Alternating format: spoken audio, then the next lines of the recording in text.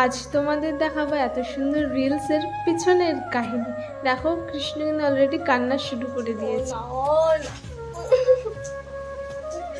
আজ জন্মাষ্টমী বলে ভাবলাম আমরা দুজন সাজুগুজু করে একটু রিলস বানাই। তো সুন্দর করে হাতে আলতা পরেছি, আর দিদি বলল যে আমি হাতে কলকা করে দিই। তো দিদি খুবই সুন্দর কলকা করছিল হাতে, খুব সুন্দর হচ্ছিল কলকা। আমিও রাধা সেজে চলে এসেছি। মাথায় ওড়নাটা নেওয়া বাকি আছে, এর মধ্যে সাজুগুজু করতে করতে কলকা পুরো নষ্ট করে দিয়েছি আমি। তো আবার কলকাটা দিদি করে দিচ্ছে। এই যে আমার কৃষ্ণ কিন্তু পাগড়ি বাঁধতে গিয়ে কানামাছি ভোবো হয়ে গেছে। প্রথমে সুন্দর করে পাগড়িটা বেঁধেছিলাম কিন্তু খুলে গেছে আমার। এবার আমরা দুজনা পাগড়িটা বাঁধার চেষ্টা করছি, কিন্তু ওম এত হাসছে কোনোভাবেই আমি বাঁধতে পারছি না। দাঁড়া, ও আমি একটু ঠিক করে বাঁধতে দেন।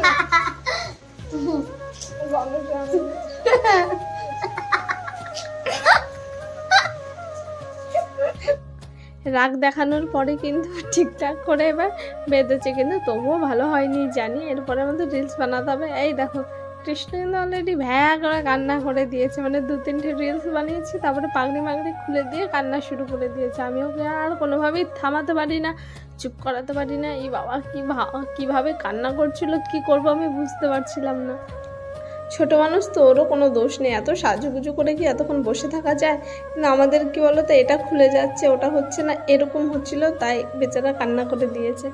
আর এদিকে দেখো রিলস বানানোর পরে এসে দেখি এখানে আলতা পরে পুরো লাল হয়ে রয়েছে রক্তের মতো। এদিকে এত গয়না কাটি আছে, এদিকে সিঁড়িতে কৃষ্ণর জামা কাপড় তো সিঁড়িতেই পড়ে আছে। এই যে আমার রুমের অবস্থা, এই দেখো এত গয়না গাঁটি আর খাট ভর্তি জামা কাপড় চারিদিকে। যেদিকে তাকাচ্ছি সেদিকে এগুলো যে কী করে গোটাবো, মানে কাজের কাজ তো কিছুই করতে পারলাম না, শুধু জ্বালা জ্বালা আর জ্বালা। তো তোমাদের আজকে দেখালাম যে আমরা কি করে রিলস বানাই, তাও ওমের সাথে। এটাই হচ্ছে গিয়ে আমাদের কাহিনী। এখন আমার সব কিছু গোটাতে হবে, এটা ভেবেই আমার কষ্ট লাগছে।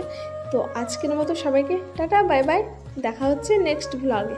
তো আমার কলকাতা দেখো, এবার তো ধুয়ে দেবো, তাই একবার দেখিয়ে নিলাম। তো সবাইকে টাটা বাই বাই, সবাই ভালো থেকো, সুস্থ থেকো।